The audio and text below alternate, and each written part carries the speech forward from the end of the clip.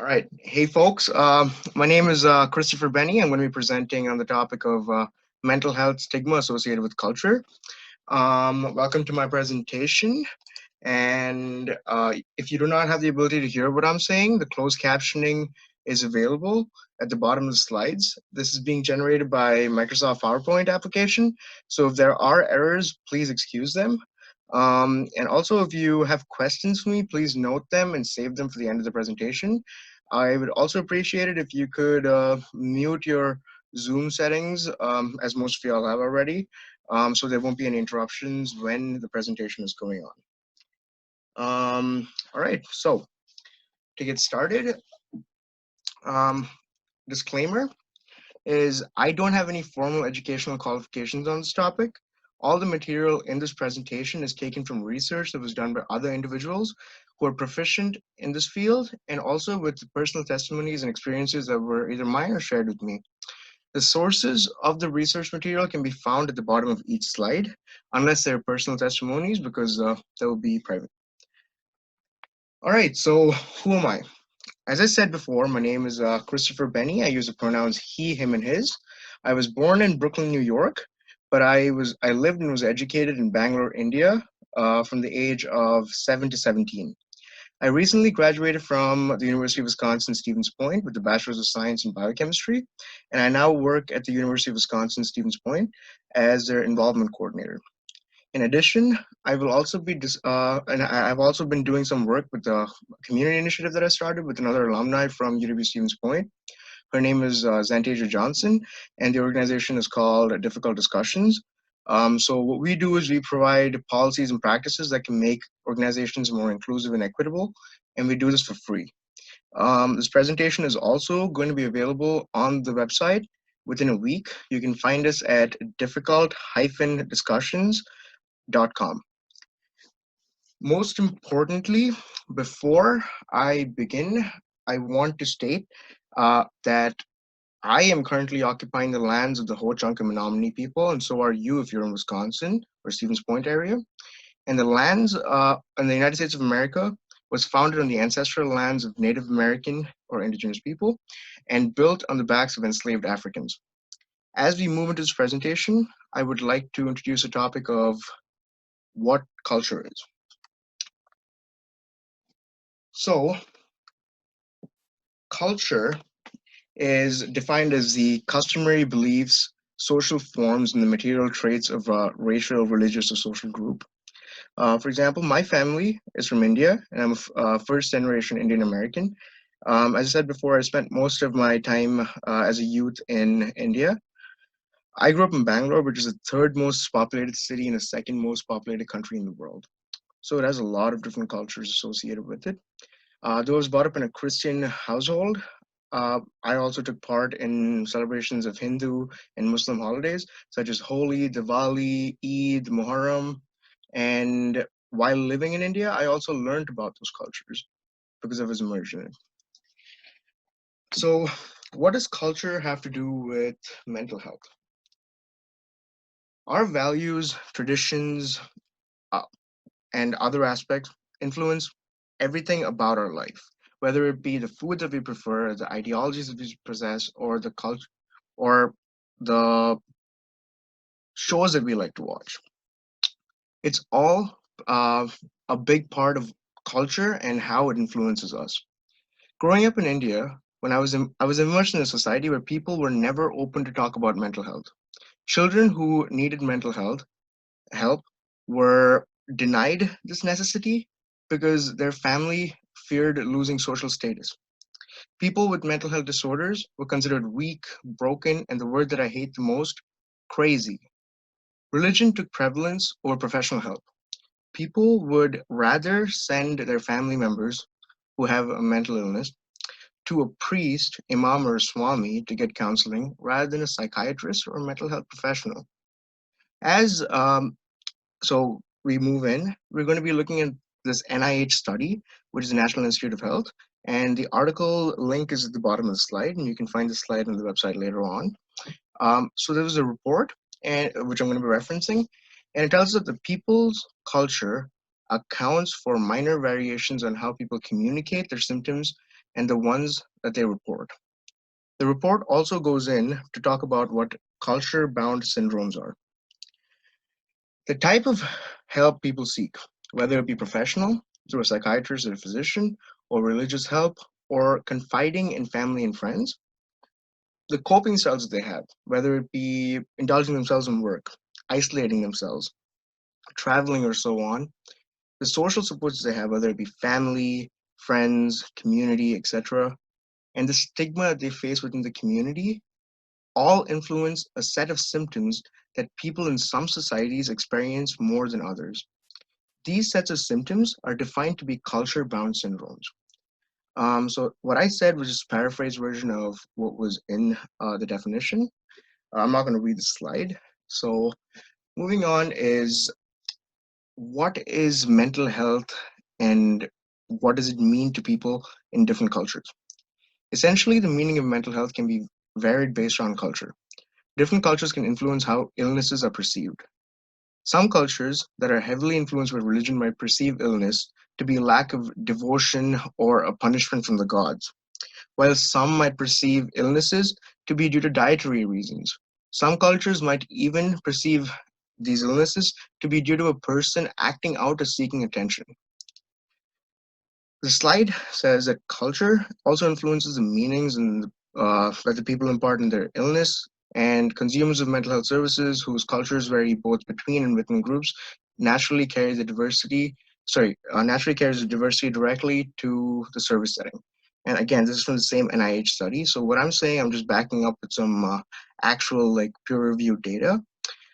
So when we look at the perception of mental health, we're also going to go into looking at what mental health stigma is. Mental health stigma is when people have negative thoughts or beliefs on mental health treatment or people that have mental health illnesses. Often, the stigma causes individuals to avoid treatment until their disorder is very advanced and complex to treat. Common mental health stigma are people with mental health disorders are weak. Mental health problems can solely be overcome by determination. And once you have a mental illness, you will never be normal. These stigma are dangerous and in several cases deadly. And now that we spoke about how culture influences mental health, let's take this conversation to a place that I call home, India. India is the second most populated country in the world. It has 23 constitutionally recognized official languages and over 120 commonly spoken languages. India has a population of over 1.35 billion people, and this was down in 2018, so I'm sure it's higher. And it is the home to at least nine recognized religions. There are way more, but nine recognized according to the internet. And the perception of mental health disorders in India will be what I'm going to be using as I am from India. So I'm going to be using my motherland to look into how our culture influences mental health stigma. And the next few slides are going to use a study that is going to be mentioned right there on the slide. And the link is at the bottom of the slide as most of my references are. And this study is a cross-sectional study that was carried out with a sample of 436 subjects. Out of these 436 subjects, 360 of the subjects were from rural and urban communities of Delhi, which is the capital of India, and 76 were medical professionals working in different organizations in Delhi. A pre-tested questionnaire consisting of items on perceptions, myths, beliefs about the causes, treatment, and health-seeking behavior for mental health disorders were used. The results of this study show that people thought that mental health disorders existed due to point number one is all, and again, all these are the myths and the beliefs that people have. This is not scientific evidence and this is not the reality of things. The first point was it was due to loss of semen or vaginal secretion. That's 33.3% of rural communities, 8.6% of the urban community, and 1.3% of the medical professionals believe this. The next point was less sexual desire. 23.7% of the rural community, 18% of the urban community, and thankfully, none of the medical professionals believe this. Um, Next, they said excessive masturbation. They said that it's God's punishment for their past sins, polluted air, sadness and unhappiness, um, which are usually symptoms rather than causes of mental health. And 34.8% of the rural subjects and 18% of the urban subjects believe that children do not get mental health disorders. And the professionals referred here in these slides, sorry, are a percentage of the 76 medical professionals working in different organizations in Delhi.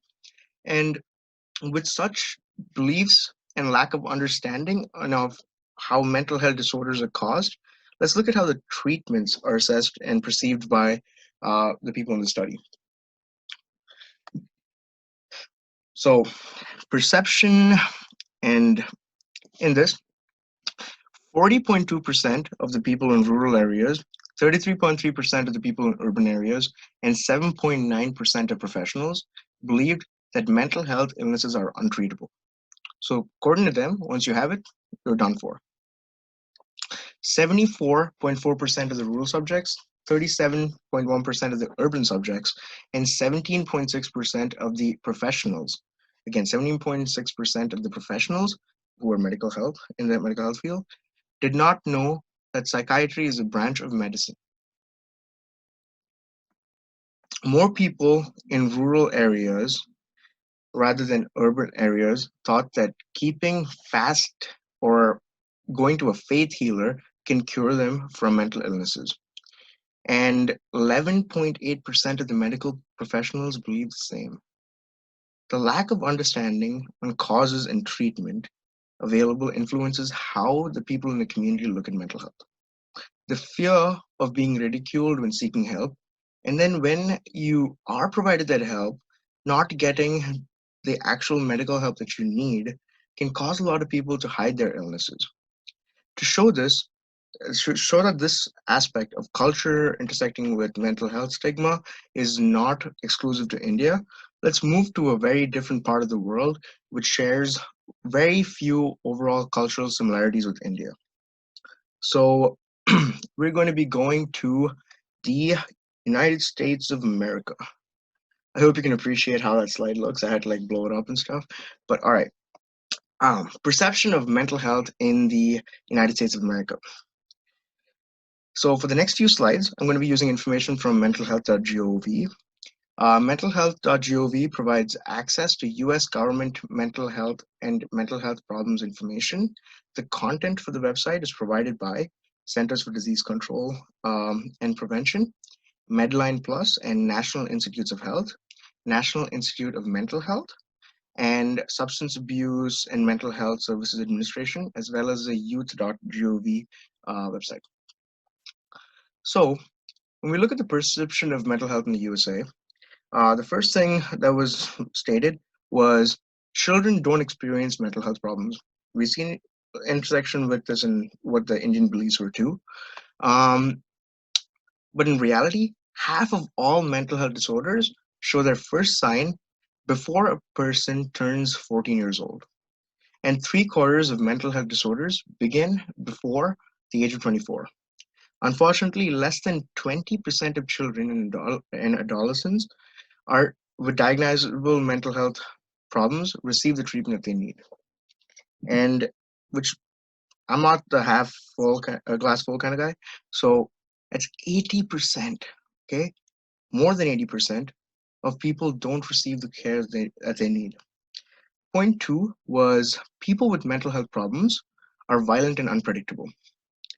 In reality, the vast majority of people with mental health problems are no more likely to be violent than anybody else. Most people with mental illnesses are not violent, and only 3 to 5% of violent acts can be attributed to mental health issues. So, people with severe mental illnesses are over 10 times more likely to be victims of violent crime than the general population also. So again, that's debunked. And the next point is people with mental health needs, even those who are managing their mental, my bad, people with mental health needs, even those who are managing their mental illness, cannot tolerate the stress of holding down a job. On the contrary, people with mental health problems are just as productive as other employees. Employers who hire people with mental health problems report good attendance, punctuality, as well as motivation, good work, and job tenure on par with or greater than the other employees. The next point we're going to be looking at is that personality weaknesses or character flaws cause mental health problems. People with mental health problems can snap out of it if they try hard enough. Again, this is not true because mental health problems have nothing to do with being lazy or weak, and many people need help to get better.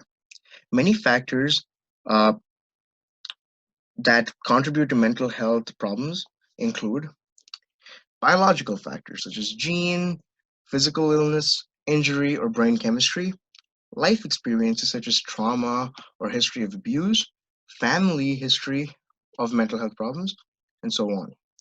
So, What about the perception of mental health treatments? Okay, um, perception of mental health in the United States, in the aspect of treatments. Myth number one: there is no hope for people with mental health problems. Once a friend or family member develops mental health problems, he or she will never recover. Studies show that people with mental health problems get better and many recover completely. Recovery refers to the process in which people are able to live, learn, participate fully in their communities. Myth number two: therapy and self help are a waste of time. Why bother when you can just take a pill? In reality, treatment for mental health problems varies depending on the individual and could include medication, therapy, or both. Many individuals work with a support system during the healing and recovery process. So you can't just take a pill and forget about it. You have to go through the right path. Myth number three: I can't do anything for a person with mental health problems. In reality, friends and loved ones can make a big difference. So, 44% of adults with diagnosable mental health problems and less than 20% of children and adolescents receive needed treatment.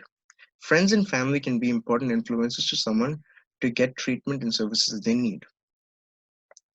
You can help them by doing You can reach out to them and let them know that you are available to help. You can help them with the access to mental health services. You can learn and share facts about mental health to them. And especially if you hear something that isn't true, you can debunk it. And you can also treat people with respect if they have mental health illnesses, just like you would do with anybody else. Refusing to define them by the diagnosis or using labels such as crazy are all aspects that you can do to help. So, yes, there are things that you can do for a person with a mental health problem. Some, tos- some of these toxic aspects of culture can also cause stigma to widen more. And when I'm talking about toxic aspects of culture, let's talk about marginalized. So marginalize is basically defined as is to marginalize is to assign a place of insignificance or oblivion or put out of sight or mind to an unimportant or powerless position within the society or group. In other words, it's basically a bias system that normalizes one group and demonizes the other group. People of color, LGBT communities, LGBT community, immigrants, low income, class, religion, neuroatypical, mental, and physical disabilities. Some of the ways that I am marginalized because of my identities is that I am an Indian American. Um, and moving on would be looking at mental health stigma in marginalized communities. So earlier on in the presentation, we spoke about the culture in India, the myths that we faced in India, the actual truth of what's going on. The myths. Then we moved on to America, looked at what's going on in there. But when we look at culture, we cannot forget about marginalized communities. When looking at the mental health stigma in marginalized communities, we need to look at the data provided by the Frontiers Public Health Study, which is linked in the bottom. They state that mental health stigma is particularly important to understand among ethnic minorities because they may display higher levels of stigma towards those with mental illnesses and psychotherapy than among European Americans. The cultures associated with marginalized communities can influence stigma that's associated with mental health. So let's look at the African American community. Again, we're looking at a study from the Frontiers Public Health System, so you can look at that link there. So they state that they did a qualitative study and state that African Americans were likely to feel embarrassed related to mental health problems, such as seeking treatment, and stating that mental health was a significant problem in their community.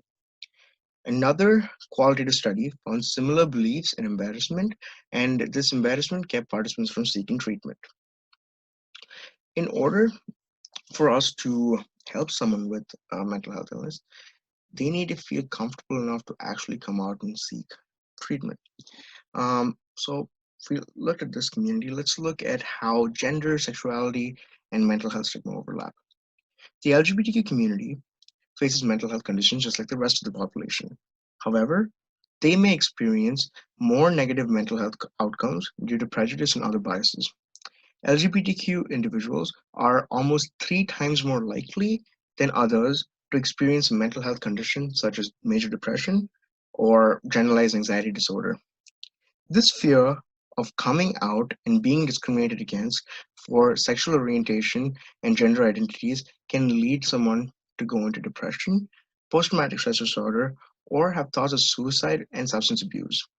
LGBTQ people must confront stigma and prejudice based on their sexual orientation or gender identity, while also dealing with social bias against mental health conditions. So it's two aspects coming together.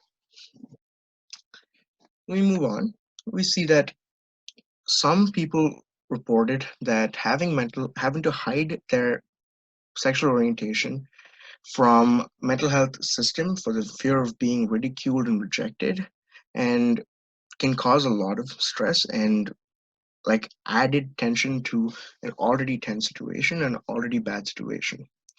Some hide their mental health conditions even from their LGBTQ friends. As a community, LGBTQ individuals do not often talk about mental health and may lack awareness about mental health conditions. This sometimes prevents people from seeking the treatment and support that they need to get better. This stigma influences how people address their need for mental health assistance. How can we dismantle the stigma? Dismantling a system of beliefs and views that have been developed over centuries is going to take a lot of time.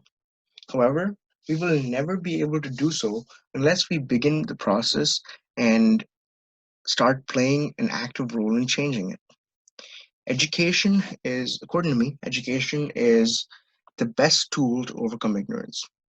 Most of the myths that we covered today in my presentation were driven by ignorance, political and or religious propaganda, and the basic understanding of science and the research that's done.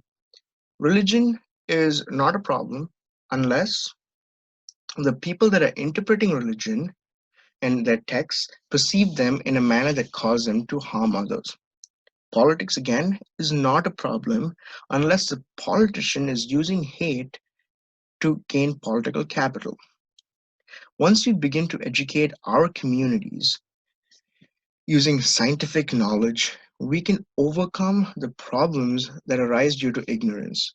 Once we go in and start using more material, I'm not saying that we need to every single person needs to get a degree and become a mental health professional.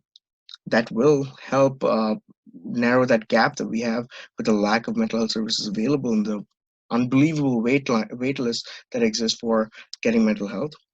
But what I'm saying is we're going to use targeted campaigns and programs to educate people on what really mental health is and use these strategies to debunk stigmas that are associated with it. Ending the cycle. So, how can you end this cycle? So, first, you can stop using terms such as crazy, psychopath, nut job, weirdo, worthless, attention seeker, and so on to reference people with mental health disorders. If you want a list of all the common slang that's used, which is negative, you can use that link right there. And again, this presentation will be available on the website later on. And you can also encourage your friends to stop using such terms. And if they don't, put an end to it by educating them about the effect that their words have to the stigma on mental health. You can also check your conscious and unconscious biases and don't assume that all people with mental disorders act the same way. If you can take one thing away from this presentation, it should be that culture influences mental health stigma, as my title says. But as we know, the people that are attending this know that culture is influencing mental health stigma. We need to understand that the way people go about asking for help and getting the help that they need might be way different than what we expect it to be. So we can't try to push them and tell them, hey, my way is a right way and that's the only way. We can also educate ourselves on the history and the issues of marginalized communities and other cultures. And you can also learn how to be an ally and hopefully a leader in moving towards an anti racist community. Why an anti racist community? I didn't talk about racism at all. Well, I did talk about marginalization, which is a big part of racism. And how, like, being able to educate yourself about different cultures and communities and history helps because then you are not going along with the same narrative that has been going on in the past, and you're using the knowledge that you have to understand the problems they have other people have and say that, hey, like, this person is going through hard time with the mental health illness, but they're also being marginalized on top of that, so their reaction to it is going to be different than what I expect it to be. You can also understand that it's okay to not be okay. It's a very common line, but I still like that line, like, we all are human, we all need resources to thrive, and sometimes, like, you just need to be able to ask for it. And it is a hard task, and I'm not going to say that after watching this, you're immediately going to go and ask for help if you need it, but hopefully I can encourage you to do so. Um, Everybody needs help. If a friend or a family member is talking to you about their mental health or marginalization, listen and don't immediately bombard them with questions and suggestions. Talk to them. Talking to them is an important process of healing. So I only took 33 minutes to do this, which is a new, you know, time for me. It's the first time I'm doing this, but usually my presentations go pretty long. Um, Again, you can find all the slides at difficultdiscussions.com, which is the difficult-discussions.com, there's one show up, which is the organization that I was talking to you about earlier. And we covered a lot of information here, so you can find the resources that are on the website. And you could also possibly like us on our social media pages. So on Facebook, it's Difficult Discussions. On Instagram, it's Difficult_Discussions. And also, let's give the image some credits. So these are the image credits. Again, it'll be available.